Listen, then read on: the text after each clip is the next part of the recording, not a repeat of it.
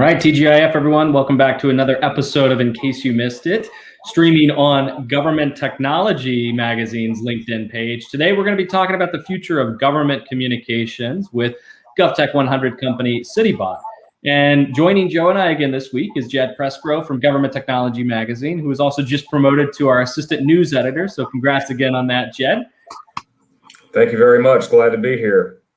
All right, well, let's start by breaking down our top 3 stories of the week. It's been another wild week of GovTech, and actually an announcement that just hit the wire yesterday. Zen-City bought Elucid to bring kind of the polling and sentiment analysis technologies together in a really interesting kind of combination. So Zen-City and Elucid are both GovTech 100 companies, have been doing a lot of work to really help government agencies understand their citizens and their customers.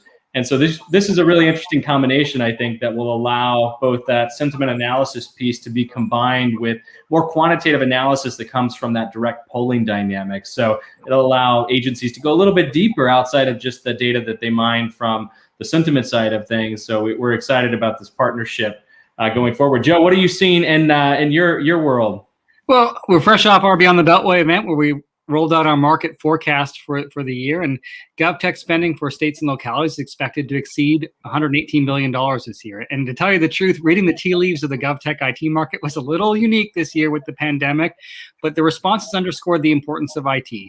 That said, there are some unique circumstances that are impacting state and local budgets this year, whether it's budget shortfalls, the injection of federal funds, how much of those federal funds and those relief packages will ultimately go to IT, has given us also an opportunity to give us a little bit of a different scenario. While we have the $118 billion, that's the figure that we believe is most likely, we also talked about different scenarios, including maybe that the federal funds don't fully come all the way to fruition. That would give us what we're calling a worst case scenario where IT spending only grows by 2%.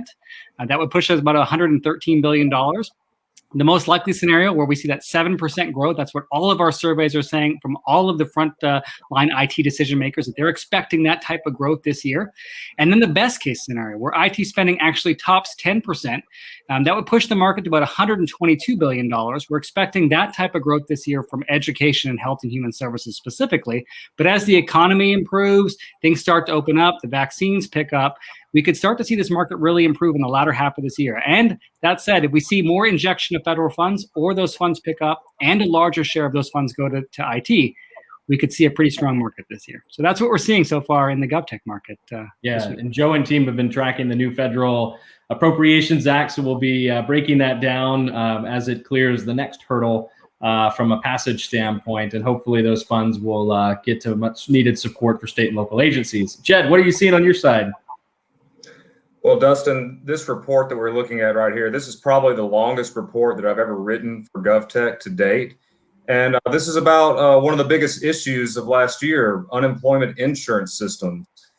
People had a lot of trouble, having to wait for their unemployment insurance. And so what I did is I talked to 4 different states in depth: Hawaii, Texas, Indiana, and Rhode Island. And of course, we see a lot of common things that happened across the board, but every state had their own unique way of addressing this issue. And a lot of it is because not everyone has the same technology. And so states are still trying to address all these different problems they've had. And so we're going to see a lot of movement on this issue this year. It's not just about last year, it's also about this year and what's coming in the pipeline. So there's probably going to be a lot more work, and it'll just be really interesting to see all the different solutions that come out of it. All right.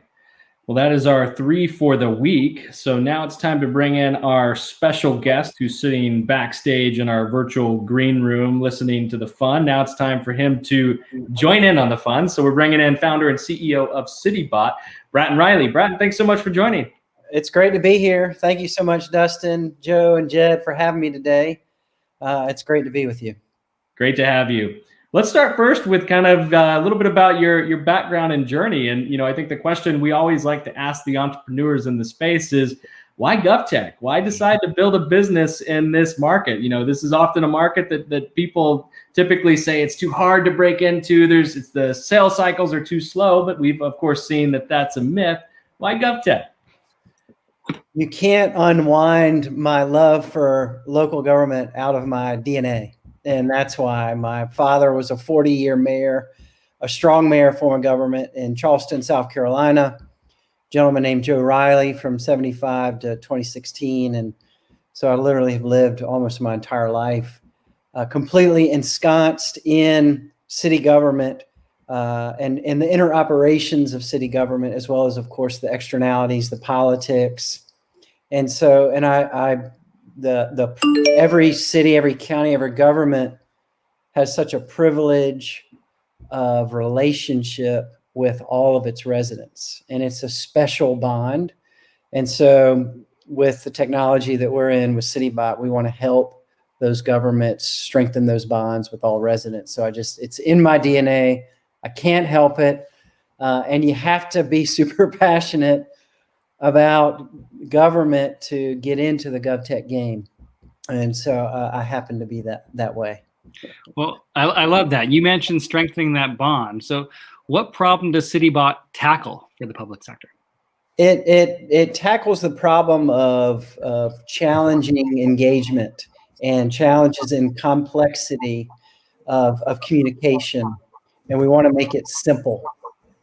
Governments for a long time have imputed the knowledge on how they work to their residents, and residents actually have no idea, nor should they.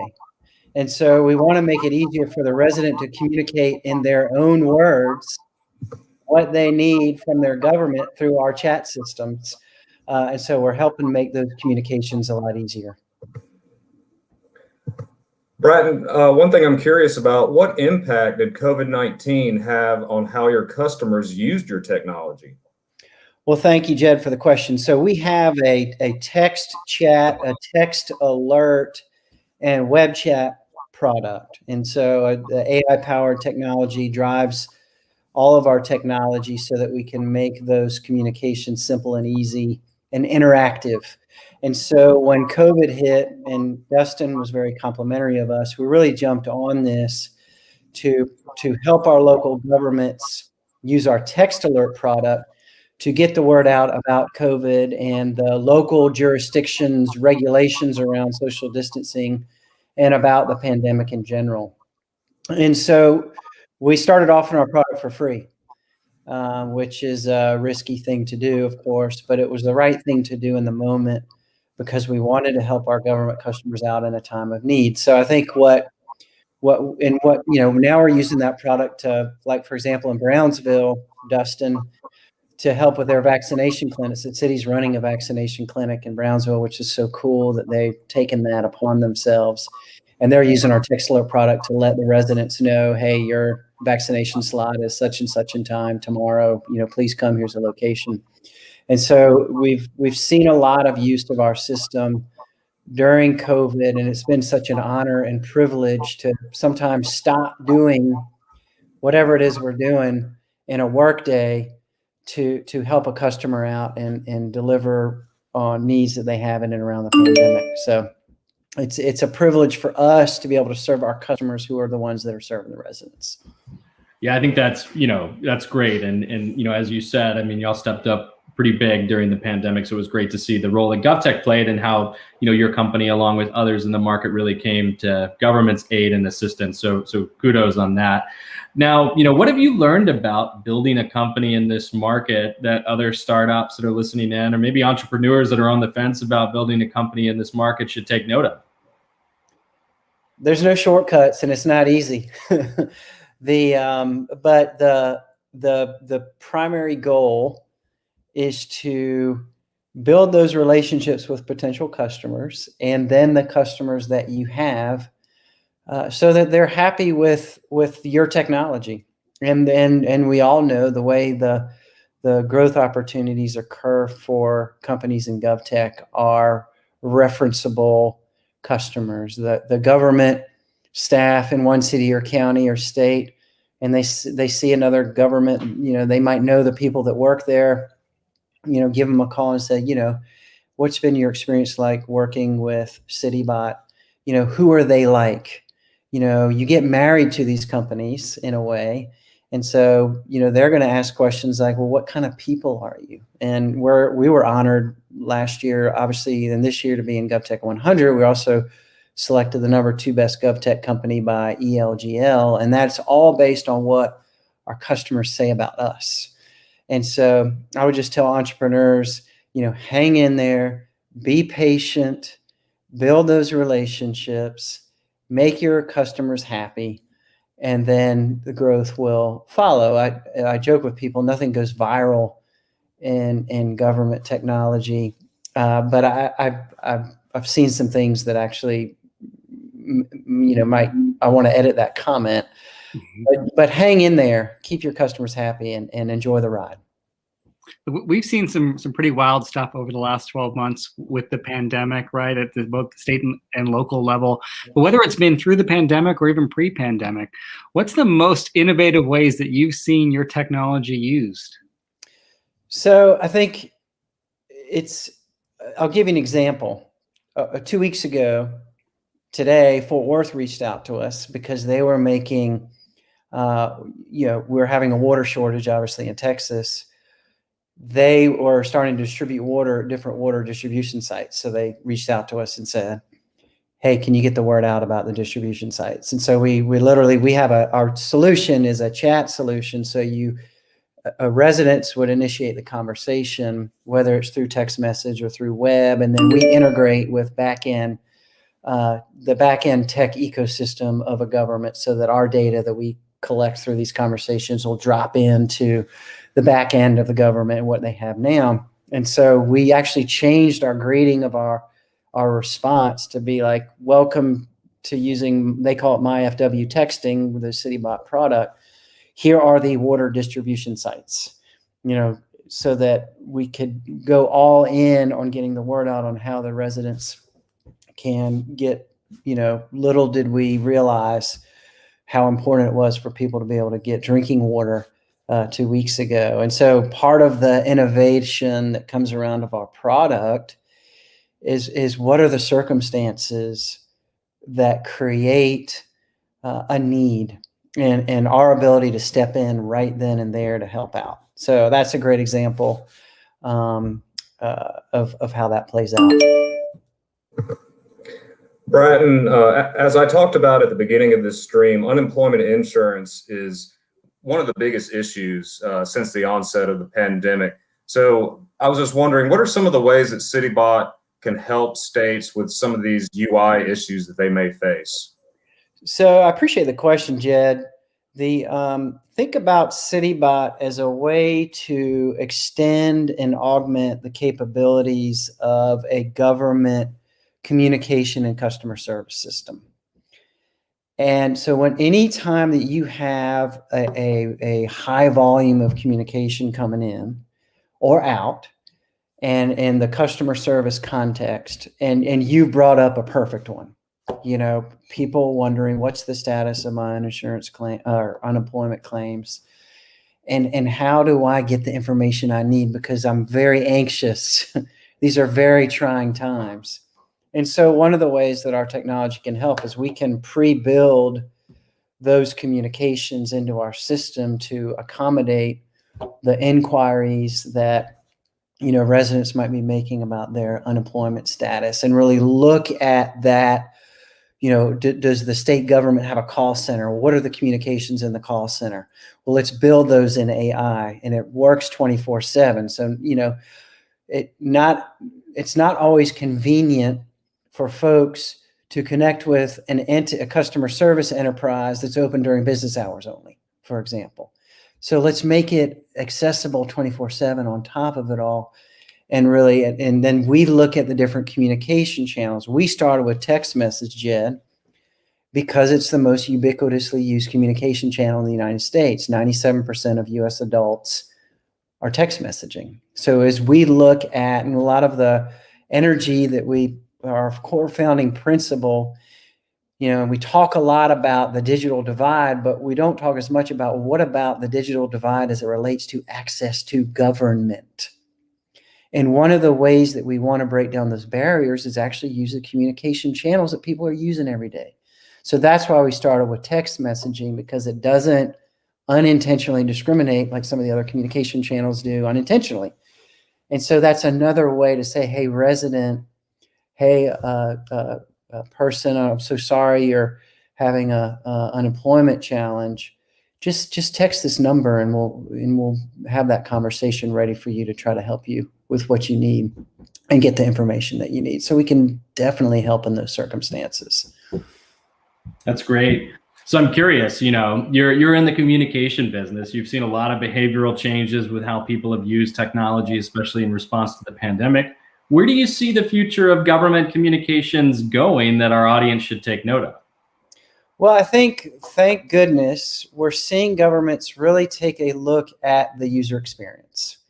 Like I said earlier, so much of the government customer service platform was built around, well, what does the individual department in a government need? And now some are asking the question, well, what does the resident need and what do we want their engagement experience to look like? Let's map it out so that we can serve them better. Because if we can serve them better, they're going to be happier. Maybe they want to engage more. They're going to trust us more. Maybe they want to participate in government more. And so we welcome the movement to really consider user experience. We're talking about communications. And, we obviously, I'm biased, of course, because we're selling chat technology to make that user experience so easy. But we are encouraged by what we're seeing, Dustin, in the marketplace around governments saying, okay, departments, we understand the information that you need, but we have to also be accommodating of, we have these conversations with 311 systems. You pick up the phone and you call a 311 system. Well, they got you on the line. Well, they can ask you 15 follow-up questions. If you're having a chat with a government, you do not want to have to answer 15 follow-up questions. You will not get to the finish line. And so it's like, let's think about the user experience. So we're very encouraged to see more governments really taking that into consideration, and that will help some of the innovation that we want to see in the marketplace that technology can really help with. Great. Bratton, where can our audience go to learn more about Citybot and its work in government? Well, we have customers around the country. We're in Fort Worth and Arlington, Texas. We're about to launch in New Orleans. We're very excited about, and we're around in many places around our country. Our website is www.citybot.io. I'm out there on LinkedIn as well, but just come to our website. My email is Bratton, Bratton, @citybot.io. I'd love to hear from you, and we'd love to serve you, the government, to help you serve your residents. Awesome. Well, thanks, Bratton, for joining us. We're going to put all the links that we discussed today in our show notes. And also, Dustin and I will be hosting a special GovTech room on Clubhouse next week, following that week's episode of In Case You Missed It on Friday. So we're going to share more information with that and on that early next week. So if you have an iOS phone and you'd like an invite to Clubhouse, comment below and we'll reach out to the first people that respond and send some invites your way. And as always, thanks again for joining us, and we'll see you next week. Take care. Happy Friday, everyone. Take care.